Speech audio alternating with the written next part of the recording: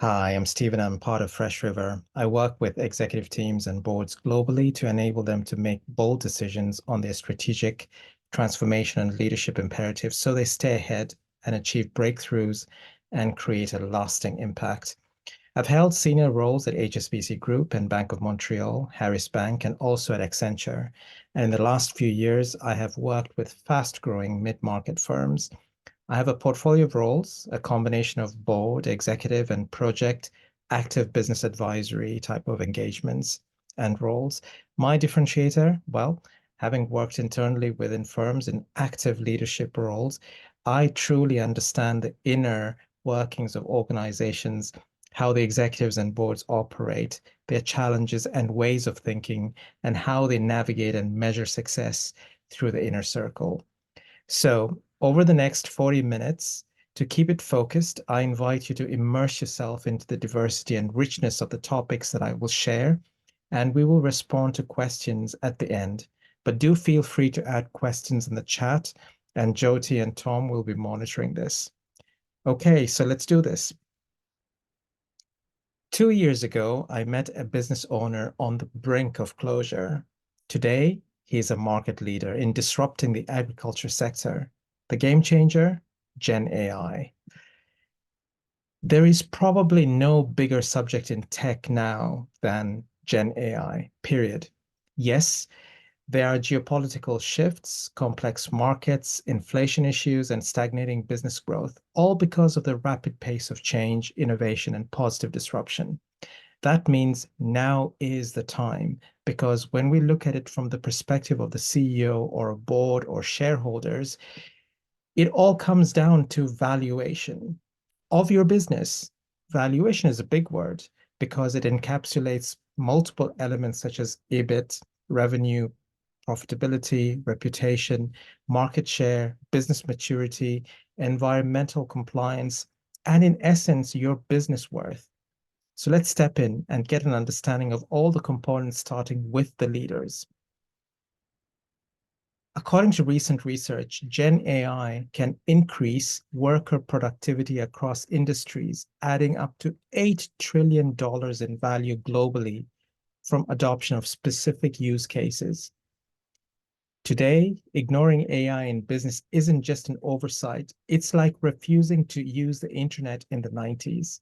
So let me ask you, as a strategic leader, if targeted AI adoption and scaling up your organization is not already on your agenda, are you not missing out on the opportunity to reap the benefits from AI? Did you know 80% of businesses fail to harness AI's full potential? Let's not be part of that statistic. And so today I have three promises plus one bonus item for you. Number one, share the big opportunities. Number two, outline the essentials of scaling up in the face of AI. Number three, preview of the 7 decisions that you need to take in order to bring AI into your firm and to the leaders. And bonus, Q&A. At the end, you get a macro level blueprint approach of how to navigate your business ecosystem and particularly the methods and tools to use. There are several predictions. I just want to touch on one of them. According to the World Economic Forum, the pace of workforce transformation will accelerate. Gen AI will change in the DNA of the work, augmenting the capabilities of individual workers by automating some of their individual activities that absorb about 60 to 70% of time. And that means a rethink of skills, new jobs, new roles, job losses, and so forth. But let me take a sidestep and remind you, businesses and executives, of where you might be currently in the business cycle of growth. Build, scale, hyperscale, growth is a cycle of business growth, and that might vary across business lines, but overall, the concept remains true. The point of inflection within each part of the cycle can cause change and transformation to happen, which drives shifts in the firm to take action. And so you, as a firm, must keep evolving to become better. You will need to scale up to fit for the next stage of your journey. and align internally and externally. The key message is here: transform and build strength at each inflection point. Why is this important?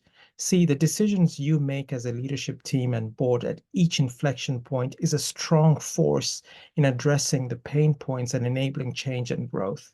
And the strength and alignment of your executive leadership team and the board has a profound effect on the overall effectiveness of your company as you journey through the different cycles. Now, having spoken with numerous executives and companies globally, I usually find many of the executives at crossroads. And so you may ask, what should be the starting point to mobilize AI and the respective elements of scaling the business? And you know this, so our response is a reminder to you: always start the business problem you want to start. Always start with the business problem you want to solve. When it starts that way, there is usually a good ending because the problem eventually ties back to serving customers better and delivering more value for the company, whether it's a B2B or a B2C or a B2B2C. See, we are smart leaders and we know this, but let me say it again. AI is no longer a tech issue or a CIO or a CTO issue. It is a business imperative. It is a leadership imperative. It is a business issue. That means as a C-level leader, you have the responsibility and mandate to bring this on the agenda of the CEO, the executive committee, and the board. Why? You see, using AI is like having a telescope in a star-filled sky. It shows you the possibilities you never knew existed. Gen AI and scale up is a business journey. If you have not started, get this in now. On the other hand, if you have started the journey, that's good. Next part is, how do you make it great? The formula is simple and it's not linear. One, you accelerate. Two, you navigate. And number three, increase your rate of progression with the right ingredients and enable a shift in mindset. And we know what's on your mind, executives, which is a mixture of anxiety and enthusiasm about AI, and the intersects with business growth, leveraging it, and the readiness aspects as well. So the questions we hear are, what risks are we sitting on? Where should we focus? Recently, I was working with the board of an automotive components company for electric cars called Go2U. And I was working with them to better their executive team and board agenda and the roadmaps associated with it. And the CEO, Dr. Lyubov, and I were brainstorming questions to support management and board. And she and I came up with four big, broad questions. And we recommend this to your executive teams. One, how will Gen AI affect our industry and company in the short, medium, and longer term? And that relates to productivity, efficiency lens on a business strategy and subset strategies that you might have. Number two, are we balancing value creation with adequate risk management? And that relates to risk frameworks, governance, controls, and so forth. Number three, how should we organize for generative AI? And that relates to organizational design, readiness, adoption of change with the right talent, skills, roles, and so forth. And number four, do we have the necessary capabilities? And that relates to business architecture, customer journeys, and so forth. So, and specifically, if you're on the board, you may want to direct a preliminary fundamental question: are we as a board equipped to provide the support to the management team? When you look at it from a business economics perspective, the key is bringing to the business on how technology will help mitigate the pressures that inflation is putting on the company as a whole. This now interlocks with the economics of the business. And we heard from some economists that many of you are familiar that inflation may ease over the next year, but it's going to be ranging in the 3 to 5% between now and the end of the decade, which means you don't get on top of pricing. If you don't get on top of it now, growth, adoption of technologies, and building new capabilities from a business and people perspective, all of a sudden, your margins are going to be gone. And a lot of us have not really led through those inflationary times. Yes, in the midst, there are opportunities. And the key thing is to make sure what you've got are both innovation and pricing power. And that's really what the fundamentals of scaling up is, especially with the intersect of AI and the business. Now, I know this is slightly out of the business context, but if you guys are familiar with 50 Cent, by the way, he actually updated his name to 85 Cent in 2022 to adjust to inflation. It's real. But the broader message here is there are winds. Choose your wind and adjust the sails to the wind gusts and make intentional best choices for your business in the face of disruption. And because the winds of change are changing so rapidly in knots and direction, means you need to build and get ready with a platform or launch pad to support the current and future changes. And that means making a series of decisions. And in a few minutes, I will share the 7 decision blueprint that you need to make. Focus on scaling up, identifying efficiencies whilst injecting AI innovation. All of this needs to happen in parallel. Now, there is a here and now opportunity and a solution to do this in your organization. By the way, I want to share that Azim Azar is one of the best regarded thought leaders in the industry. And in his book, The Exponential Age, he provides powerful insight and a unique perspective where he states that as a technology accelerates, the human mind struggles to keep up. And our companies, workplaces, and democracies get left behind. This, in essence, is the exponential age. And you can draw parallels here. The key is having a roadmap to address and solve your biggest problems, shape society, and bridge cultural divides. I would highly recommend you read this. I did this in about 8 hours with a few coffee breaks and a meal. Now, I'm a big fan of Formula One and racing. If you are, you'll remember Ayrton Senna. He was not just one of Formula One's greatest ever drivers, he was also one of their most complex characters and deepest thinkers. And we can draw on some parallels here to his message. And that is, in the business world, we say that at the same time you grow and scale up rapidly, adopt the current innovation and be one of the best, you will need to continue the cycle over and over again to stay on top, to stay ahead, because your employees, customers, shareholders, and wider stakeholders internally as well as externally are watching you carefully and they're experiencing you. And it's always interesting to hear influencers and leaders like Nadella, Pichai, Bezos, Gates, Musk, or even Altman who continue to make advances and impact in business and society in their own way. Now, whatever the views are from the public on these leaders, I'm staying neutral. But when you follow some of the good rules, the principles from them, and adopt these, you begin to gain momentum, traction within your own business.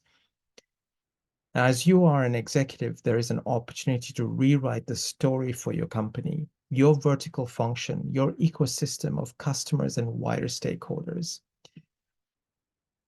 But let's take a sidestep for a moment. What about responsible AI and the guardrails to prevent from adverse incidents? In the US, EU, and UK, there are agreements and models being developed, still in the early maturity. And in EU, there's been an EU Act that has been passed recently. But as business organization emerge and develop, you can also develop an AI or governance framework. And we will talk about how to do this down the line. Now, you see, there is a myriad of information out there in abundance, yet it's all fragmented. Often comes down to the right questions and the right decision and connecting the dots to make it easier to be understood by your business teams and leadership. Now, there is one big question that we always anchor in with the work we do with businesses. And this was popularized by the late Clay Christensen, who was a business consultant and professor at Harvard. And we can draw on this by asking, when you as a business are scaling and adopting the newer technologies such as AI or building business capabilities for growth, the important question to ask is, what is the job to be done? Now, I was at a conference last year in Sweden with the CEO I know, even of a textile company that services hotels with quality bed sheets, covers, and so forth. And we worked with her prior to that on how she scaled her business with innovation. So previously, she was introducing her brand and company narrative in a generic statement that was, our company's purpose is to sell comfortable sheets to hotels. Very simple statement. But after we worked with her, her company statement developed into something more meaningful to a business client that stated something like, our job to be done is to help you as hotels to have exquisite sheets for increased customer, guest comfort and experience, which will allow you to propel growth by 3x in continental Europe. The question you have in front of you is, what is the job to be done? This is one of the starting points for your business scale. Now reflect on this. What motivates you when you set sight on a new challenge? See, the difference is really in success mindset. Playing not to lose is an avoidance strategy, and while it may protect you from the potential pain of negative feedback, it's a costly approach. On the other hand, playing to win is entirely different than playing to lose or playing not to lose. They're both powerful mindsets, but the actions are different. And that comes down to your strategy, how your leadership is aligned, and the approach you take as a leader. And so, when you weave together a diverse set of capabilities, both strategically and operationally, you can modify and build upon the internal fabric of your AI-enabled organization. That will drive the right business outcomes. But that requires a holistic scaling approach. And you need to look at it from all moving parts, the different components at an enterprise level, vertically and horizontally, and understand how artificial intelligence will drive business outcomes. That's huge, right? But it's possible, and you can crush it step by step. Now, I'll be coming shortly into the 7 decisions that you need to take, but briefly, I wanted to share with you the key shifts across industries in 2024. There are 10 in the forefront that's depicted here, and amongst them, AI, sustainability, robotics, and digital transformation are the top ones.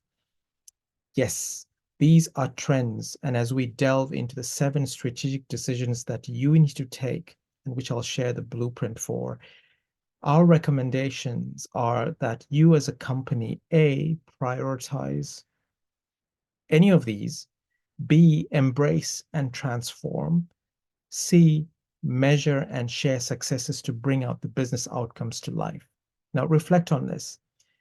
What if I told you that your business could grow tenfold in the next 2 years, all thanks to one decision you make today about AI?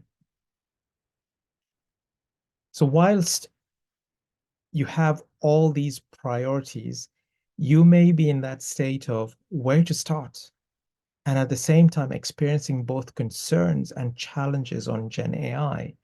Now, some of the concerns could be around apprehensions about limited traceability or possibility of bad decision making as a result of implementing Gen AI. But there are ways to mitigate them through data transparency and AI governance. And when you think about big challenges, now I hear from firms that don't have a robust and practical strategic roadmap, including investment priorities and governance that the leadership team can refer to in order to anchor in and achieve the desired outcomes and the values associated with it. Now, and this now brings us to the third promise that I outlined in the beginning, which are an outline of the 7 big decisions that you need to make. in order to be successful. So here we are. Last year, Warren Buffett said, looking back over their last 50 years, there really was just a dozen truly good decisions that they made. Maybe one every 5 years or so. And that's what's really important, making good decisions, because if you make some wrong decisions, then you end up just executing a mess. And that's why it's a complete or a holistic solution that you need to take a look at when you're moving forward. Now, the 7 boxes here represent the 7 big good decisions that you as a C-level executive will need to make to enable your business to level up. And especially in the face of AI, that is very important. So you might already be at varying levels within each of these decision points, but it's important that they're all joined up, because that is where you start getting those aha moments. And I'm going to walk you through each decision briefly before winding down over the next 10 minutes. On decision 1 and 2, you might have had your executive retreats back in 2023, or you're planning to do one in quarter 1. But let me ask you, does the following sound like you? You're taking longer time in making or executing certain important decisions, or you're having difficulty determining what your actual priorities are and what the daily rhythm should be in the face of AI or without. Now, any of this could be because of an unclear approach. And so the lack of an approach results in drama, poor collaboration, unclear outcomes, and missed growth opportunities. And look, if businesses were simplistic, you could use simplistic approaches, but that's just going to cause lots of wasted money and time. So let's face it, there is some complexity here, but you don't need to make it complicated. You don't have to have 25 pages, 3 to 6 pages is sufficient. Strategy and alignment does not have to be hard, but hey, sometimes we need to kick strategy in the backside and have a divine moment with leaders. In my view, having worked for organizations, the core capability of strategy needs to reside within the company to manage internally. Now, it's good to have a facilitated session from an external party, but this is really about coming together of leadership team and using a practical approach and building executable plans, not exhaustive PowerPoint slides.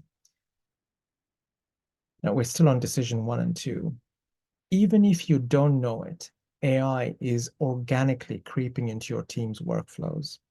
And while the efficiency gains and transformation with AI is real, it also presents a need for clear organization-wide agreements on the responsible and ethical use of AI. The bottom line is that AI must always have oversight of those designing and using it. We recommend a 4-stage starter approach to develop and embed your AI governance. Now, have a facilitated session, develop and execute this. We've given 4 stages there. And we're still continuing on decision 1 and 2. Now, I was working with CEO David and executive team of a human resources firm. And while all senior leaders were all very experienced strategic and sector professionals with a track record of profitable success, they had a mixed experience developing and implementing a practical strategic plan that would effect strategic change and transformation in organizational direction and future in the context of innovation.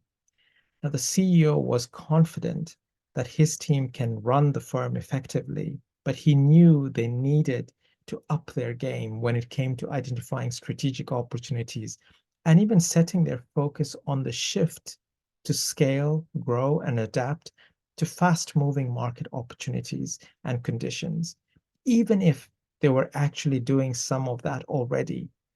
Now, with a facilitated session, they gained alignment and clarity on their roadmap, their ways forward, and the dynamics between the executive team shifted positively. Decision number 3 is all about ensuring you have the right people organized in your company in the era of AI. This becomes especially relevant when you are looking to get to scale with AI and probably haven't invested enough at the center and in distribution areas if you're using a hub and spoke type of a model. What if you used an approach to bring clarity on how every facet of your business has the people in the organization assigned with responsibility of the functional and processes to ensure goals are met, but also how they partner, interact with cross-functionally as teams of teams to break down silos and solve problems. Decision 4 talks to the expertise in designing, leveraging, and implementing a Gen AI framework and the related AI workflows that meets the needs and requirements of your organization. And there's a method and framework that we can talk to separately. And we're in decision 5. There are a great number of benefits of running a private LLM for your company or product. But it all boils down to being able to provide real-time, meaningful data to your users. Ultimately, the benefits of private LLMs are data protection, customization, reduced financial costs, control, better accuracy, reliability, and so forth. Yes, these might be common benefits you might think, but when you actually break it down, you will get a better sense of it. Do you know that deploying open source LLM at scale whilst ensuring reliability, low latency, and cost effectiveness can be a challenging endeavor? But when you construct a private LLM as a service and successfully deploy it within your organization, it means that it is hosted inside of your compute infrastructure alongside other business workloads. It is trained on your company, industry, and product data, and the data available to it is in real time and it's actionable to you. And it provides contextual and accurate information only to the parties that are authorized to access it. And moving on to decision number 6, have you noticed there is an even more emphasis on the unification of data and AI? Organizations are unifying their data, the analytics, and AI on a new data warehouse. You might have heard of the data lakehouse. The data lakehouse is different from other data cloud solutions because the data lake is at the center of everything, not the data warehouse. And that provides a unified platform for all types of data and formats. Now, to give some perspective on the trends in data based on research by Databricks, this chart illustrates customers deploying one or more data and AI products in each of the 4 categories listed there. Now, these 4 categories do not encompass all products, but it does give a view on the rising areas. And that means making a conscious effort on data, the tools to be used, and migration are critical to your business. Still on decision 6, now the best ways to agree and adopt an approach and delivery for AI and data by leveraging a value creation framework and a team of Gen AI and data science and managing the delivery once an assessment has been made is the best way forward. Decision 7 is all about people and readiness and adoption. Now, people and business readiness takes multiple stages, and that means adopting and ensuring behavioral phases of the changes introduced in the best possible way to minimize people disruption. And you can imagine how that is with AI coming into the whole mix. Now, to give some perspective, the change curve is a depiction of those phases. And the key is to carefully navigate through them. See, it's not about installation, it's about implementation. And people are at the center of every bit of change, especially when it is taking the business by storm. Decision number 7, which is the last one. A few years ago, during COVID times, I published articles based on my experience working in companies, stating that excellent organizational change management would remain the #1 key to success. And I stand by that. In fact, I would say it's even more true today for different reasons. This is because organizational transformation is mainly shifting, and it's embracing from legacy systems to entirely positively disruptive new technologies such as AI or robotics or sustainability or twin transformations. And what we're seeing today is obviously very different changes and scenarios that organizations are going through. Now, just think for a moment what's going on in your firm. Now, whilst firms may still be going through transformations on their own, whether it's digital transformation or AI or ERP or M&A restructuring project or change initiatives for that matter, they're also experiencing all the macroeconomic and health factors. The business models and working models have shifted. And so organizations now have to be sensitive to the fact that employees aren't just thinking about the traditional transformation. It was hard enough to get executive attention, perhaps to focus on a particular digital transformation. That's even more true as firms and people worry about their families, their health, their well-being, and their economic prospects for the future, their retirement, etc. And as employees worry more about that stuff, it makes transformation and change management in particular harder. And it puts more of a premium on the value of organizational change management and people or workforce readiness. Now, there is simply no way you can succeed in a transformation without doing people-centric change management. Actually, I'd argue that if you don't do people-centric change management, there's absolutely a slim chance of succeeding in that initiative or that transformation, particularly in the era of AI and fast disruption. So the question becomes, how much can we invest in change management and building out the approach that will support all the changes to be adopted? Now, I've been doubling down on this point with many executive teams and boards and saying it's even more true on how we shift more currency, not just on the technology, but more into change management. Because if we can ease the transition for people, the workforce, that's going to make the biggest transformation even more successful. And then investing more technology in today's environment will become even more value added with great business outcomes. We or organizations need to be investing more in people and helping them through the transitions. Well, that was the last decision, number 7. And I'll shortly conclude by summarizing some of the key themes that we spoke about. So a few takeaway themes that we spoke about, I will say, one is on inflation, impact to your business, Gen AI workflow and private LLM. Get your data architecture right. Scale up, increase your valuation. Governance in the face of AI. The 7 big decisions you need to make. And before I hand over to Jyoti, one question I ask you to reflect on this question, and that is, what could your business achieve if it was 10 times smarter overnight? Thank you.